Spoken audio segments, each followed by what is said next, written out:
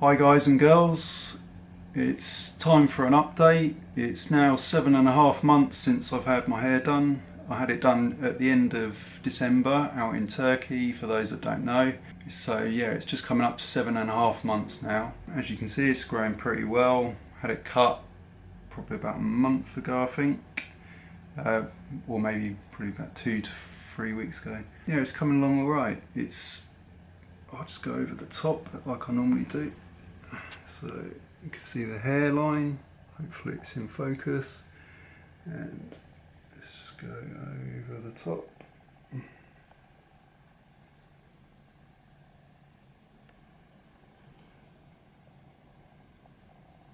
It's always hard to see because I can't see if it's in focus. Like there, it's not. If I go like that, maybe that's better for you. So today I went out jogging, come back, had a shower, washed the hair, put a bit of conditioner on it, and I've put a little bit of minoxidil on the crown, sort of on the top. So I've not put any fibres in, no dye, nothing else. It's all my own sort of natural hair. So overall, yeah, I'm very happy with it. Had quite a few questions this month, so I'm going to go through some of those. But yeah, it's coming along well. It seems to be thickening up all the time. The crown, people still say about, it's still probably not as thick as what it is on the rest of the areas. But if you sort of comb it back, you just can't really tell, unless you look really closely, that it's been done. You can see, if you shine a bright light on it, you can probably see through the crown more than you could other areas. But in normal light, it's fine. I'm quite happy with it. Okay, yeah, I've had a few questions this month. So some people said, can you comb the hair forward? A lot of people that have their hair transplanted always seem to have it combed back. Before I had the operation, I used to have it forward quite a lot. And yeah, you can still have it forward, you can have it back. You might need sort of to put a clay or gel or something on to style it to help it stay in that position, but you can have it forward, back, or however you want it. At the moment I'm just having it back because that's just how I cut it last time it was cut. But yeah, one thing, like I've said quite a few times, is take a photo with you when you have it done, how your hair used to look before you were balding. That way it gives the surgeon or the technicians, whoever do it, an idea of how to sort of put the grafts in the direction you want them. Okay, that will help them a great deal, because otherwise they won't have a clue what you used to look like. Question I get asked all the time, I don't always mention it in my videos, is what clinic did I go to? I went to Dr Cinik's clinic in Istanbul. It's just called Cinik Clinic, and the doctor was Dr Cinik. Did I have the package where the doctor does the operation? Yes, I did. When I booked mine, there weren't any other packages. Basically, now you can have the technicians do it all, or you can pay a little bit extra. The doctor does the incisions. The doctor did my incisions, but my technician was also amazing, and I'd trusted him to have done my incisions as well. He knew what he was doing. He did the extractions, him and a girl that came in as well, she was doing them as well. And also they did the planting of the grafts at the end. So the doctor does the actual incision part if you pay for that package. Like I said, mine, there was just that package, so I'd already paid. I've mentioned it before, but when you book it, you can book a year in advance or up to a year in advance. You then just pay on the day of the operation. I think if you book directly with the clinic, you will have to pay a deposit, whereas if you book elsewhere, they'll just want your plane tickets to prove that you're actually going. But I booked elsewhere, so I didn't have to pay anything. I just paid for my flight tickets, sent them to this company. They then said, yeah, that's fine. So I booked, I think, 8 months in advance, because I knew the prices were going to go up. So I thought, yeah, I'm going to lock in the price, because you lock in the price when you book it. It's not the day of the op, it's when you book it. Prices have gone up a bit, but they have at most clinics, I think. The more popular a clinic becomes, the more the prices go up. I've had some suggestions saying, could I put music on in the background in my videos? If I do that, you have to be very careful because of copyright laws. If you put a song on that's like a commercial song, YouTube can then give you a copyright strike, or they might pull your video down if the copyright owner doesn't want your video, their music on your video. So that's one of the main reasons. The other reason is, well, some people say they can't understand what I'm saying or my accent or whatever, so I don't put music on, so hopefully they can understand me a bit more. Yeah, I get a lot of questions like, why don't you put before and after photos on your videos? Well, these are the after. You can see how it is after. These videos, for some people, they might just see this one video. I've done a whole series of videos since just getting back from Turkey. So I've done at least one a month. And people who watch this channel every month when I do a video, they get bored seeing the same photos every time. So I don't put before photos on every single video because it would just get a bit boring for those people that watch them all the time. So there is a video that I have put my before photos on, so what I'll do is I'll try and put a link to that in the description page. Also, I buy a lot of things off of Amazon, so again I'll try and tag that as the first comment below. So if you want to see the sort of biotin and saw palmetto and all that, I will put a link to that so you can see what I've bought in the past. Yeah, you have to sort of build a bit of a thick skin on YouTube because some people can be a bit rude. It was weird. I remember when I first started doing videos, it's more like with my drone or travel videos, and the first time I got a thumbs down, I was thinking, you know, why would someone do that? Whenever I watch videos, if I don't like one, I just go on to the next one. I don't put thumbs down, but you know, people do. You just have to sort of not think about it really. They don't like your video. Sometimes it can be jealousy. You know, on other things like on Facebook, there's forums or there's different things that I might have wrote something on.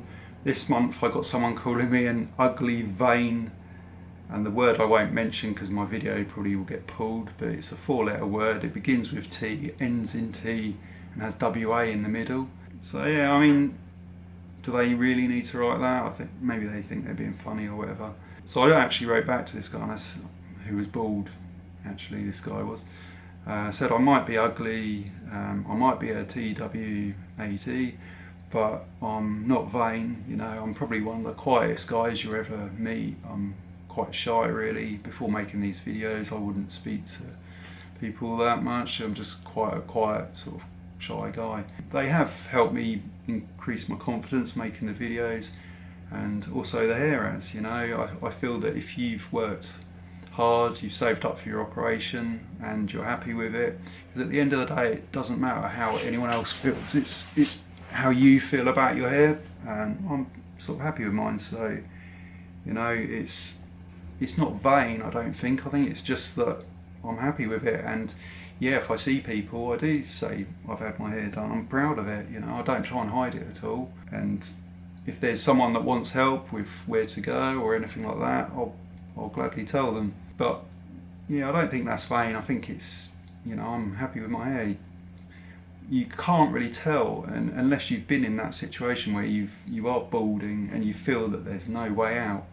And then when you get given a way out and you know you've had an operation that you're happy with, at the end of the day that is all that matters. You know, if people are going to say you're vain, then it's up to them. But no, since those who've watched my videos will know I was made redundant at the end of February, the last day of Feb. Since then I've tried to be a lot healthier because my appendix burst and I was quite ill, and I've managed to lose 2 stone, so I'm feeling healthier. That's one thing I would say: if you're having your hair done, try and give it the best chance possible. So by that I mean try and lose a bit of weight if you're overweight. You know, if you're smoking 40 cigarettes a day, you're probably not giving your hair the best chance. If you're eating tons of fat and just drinking loads of alcohol every day, you're not giving your hair the best chance. So try and eat healthily, cut down on the cigarettes and the alcohol maybe during the week or whatever, and then, you know, hopefully you'll get a good result. But yeah, I get a lot of negative comments, sort of And a lot of them are from bald guys who say, oh, we're happy the way we are, you know, and and that's fine if you are truly, cool. But yeah, you get a lot of sort of negativity, but then you also get a lot of positivity. So you get a lot of positive people leaving comments, you know, where did you get it done? How much was it? You know, it looks good. And I'm not out to get people to say, oh, that looks good, you know, because like I've said, at the end of the day, it's how you feel. I get a lot of people still just saying, you know, the ultimate clinic, they're looking for this ultimate thing. And if they get one negative review or there's one little hair out of place, that's it, they've crossed that clinic off their list. And like I've said before, you know, if you could have a clinic that has got 100% happiness rating, you know, everyone's completely happy with their results, what isn't to say that you're going to be the first person that goes there that's not happy with the result? So try not to be too critical of others or yourself. When you go in there, just pick a clinic that's got pretty good reviews, that you're happy with the price. You know, if you can't afford a 20 grand hair transplant, don't look at those clinics that charge that, because you're not going to get one. You know, you're going to drive yourself nuts, and then you're going to be thinking, you know, if I go to a cheaper one, is it going to be as good? Is it going to be this? Is it going to be that? And you're going to be critical of your hair then. You're going to be looking for reasons of why it didn't work. And the ones that aren't happy say, oh, it was the technician, they did something wrong.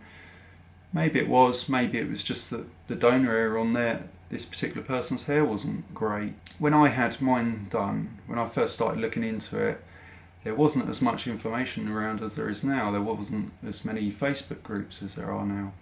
So I basically just found a group and I went onto it, and I found the guys who got pretty good results, and a lot of them have been to Dr Cinik where I went. So I thought, you know what, I'm going to go there. I was going to wait till I was 50, I was 43, and I thought, no, I'm going to go, because, you know, otherwise it's all that time you're wasting, waiting till you're 50. Then I would have not have had the hair I've got now in my late 40s. A lot of people, if they've had a result they're not happy with, will write a review, whereas if they are happy, they just don't bother. So check out different websites. There's like the hair loss ones on Facebook. There's Real Self, which is a good one. You can read reviews of doctors, but just don't go into too much detail, because you will end up talking yourself out of it. And it's like procrastinating. I know it's a big thing getting an operation on your hair or whatever, but if you look so much, you're going to find something that's not up to your standard or whatever. You're gonna, you know, you're always going to find something. And it's some of these guys who know they're never going to get it done. They'll just keep taunting themselves, looking, and they're usually the ones who get kind of bitchy towards guys that have had results that are good. And a lot of it, I think, is just because, not even jealousy, they want it so much, but they're frightened of having it done, or they're frightened of not having a great result, so they sort of get a bit bitchy towards people that have had good results. And like I say, it doesn't matter what others think. I could point things out, like I think there might be a slightly darker hair there, but who cares? No one's going to look at it. No one would even notice unless I pointed it out. And if you're the sort of person who's going to get a magnifying glass going over your head every day, you know, you shouldn't have it done, because there's always going to be slight things, you know. At the back of mine you can slightly see through to the crown more, but if need be, one day I might have to have an operation on the crown area just to thicken it up. But at the moment I'm happy with it the way it's gone, and the way it looks now, I think it's fine. So yeah, just try not to be too picky.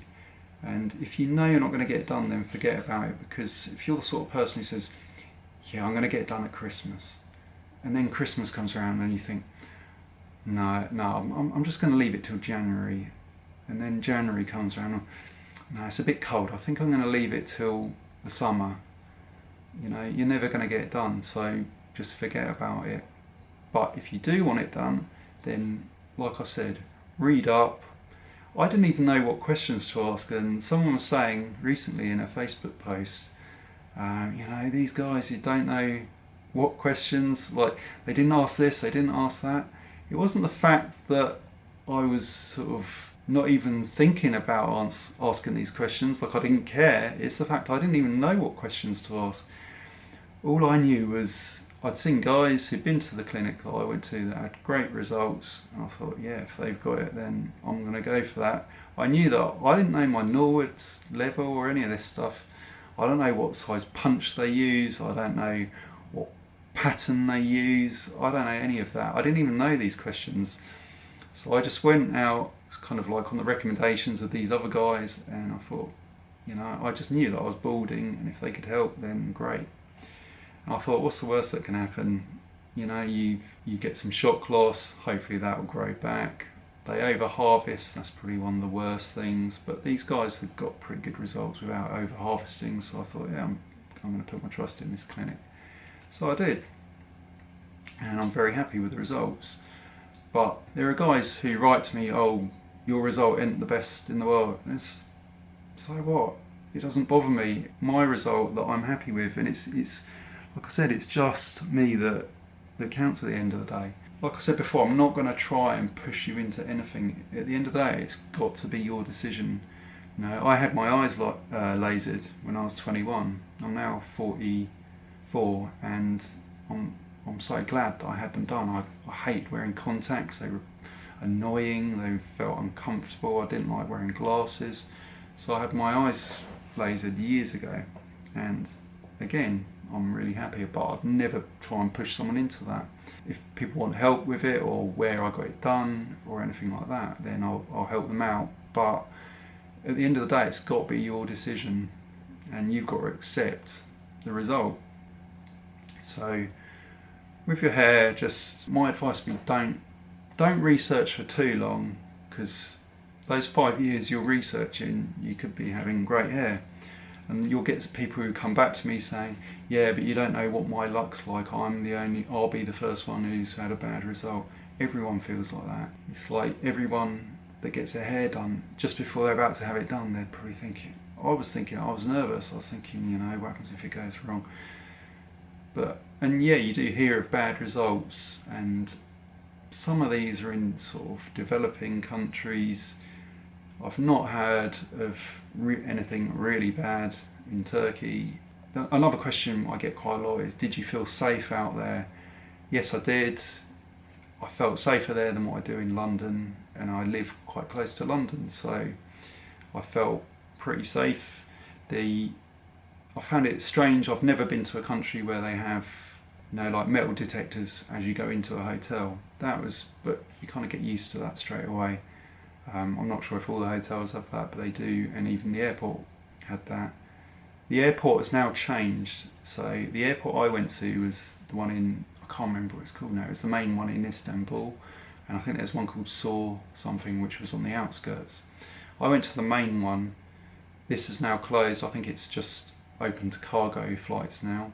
So there's another massive airport been built there, so just make sure you get the right airport when you book your flight tickets for the clinic you're going to. Your clinic will tell you which one you need to go to.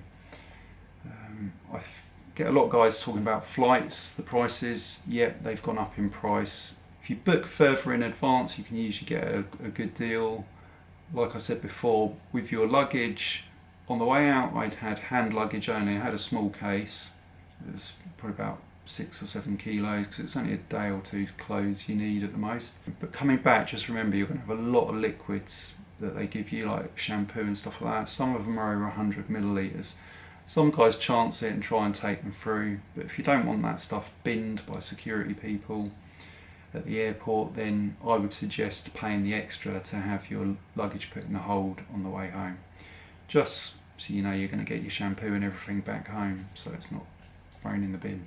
I think if there's anything else. I get sent things every now and again, and these I got asked to try from a company called Fairy Wheel, whose toothbrushes I use because I love their toothbrushes, and they asked if I wanted to try their razors, so I actually bought these myself, and yeah, they're pretty cool. I'm probably not the best advert for razors at the moment because I've got a bit of stubble, but that clicks in like that, and yeah, it's got 4 blades, and it kind of reminds me of a woman's razor. Sometimes when I've run out of mine, I've borrowed my girlfriend's, and yeah, women's razors are pretty cool. They're pretty comfortable. You don't get any sort of razor rash as much, but this is kind of like that. And these are apparently unisex ones, and I think they're $9.99. You get the actual razor and you get quite a few blades. I think you get about 8 blades, so check those out on Amazon. I'd recommend them. Just shaved under that bit earlier today. Apart from that, any questions you get, send me a message using Instagram Messenger. If you don't want it as a comment, if you want it as a comment so that it helps others, leave a comment below. If you like the video, give it a thumbs up. If you like the channel, feel free to subscribe. I try and update regularly, just sort of keeping an eye on my hair, month in, month out. Hopefully it's just going to keep getting thicker. But yeah, if you've got any questions, I'll try and put a link to my one which has got the before photos and the during the operation photos. I took a few pics. The other thing that they keep saying, I had one guy said, why should I believe anything you say? I've had 20 people message me saying that you've had a free operation. It's obvious you've had it for free. I have not had the operation for free. The company that I had it done in Turkey with, I had to pay the same as anyone else at the time. The prices, they're saying, well, you paid less. I paid less because that's what the price was at the time I booked it.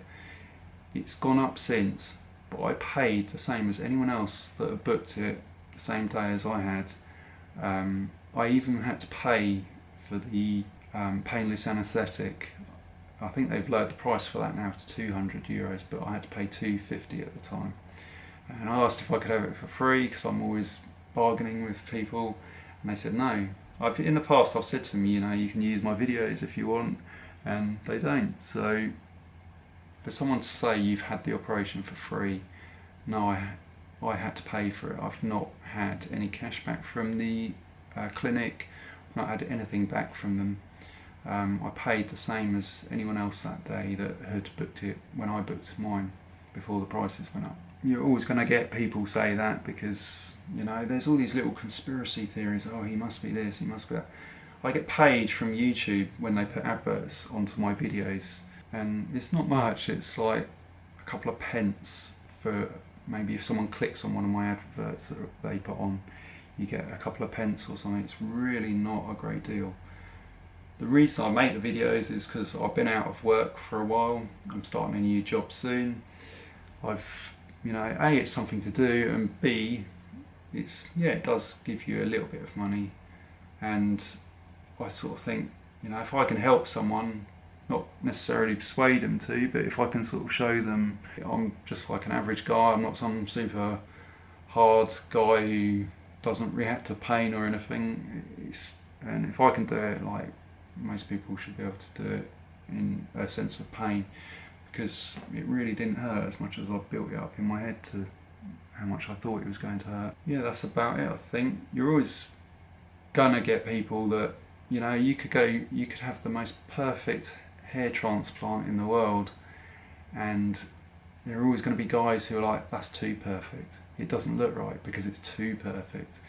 You're always going to get bitchiness, you're always going to get, and it normally is from people who want it done, who are too frightened to, or who are bald and just not even thought about having it done. They've just accepted they're going to be bald, and that's fine if they want to be like that. But you'll find most guys who've had it done, who are sort of half happy or very happy with their results, you know, we kind of support each other because we know what it was like. Just open my blinds so that you can see a bit more now, because it's been really hot here the last sort of week.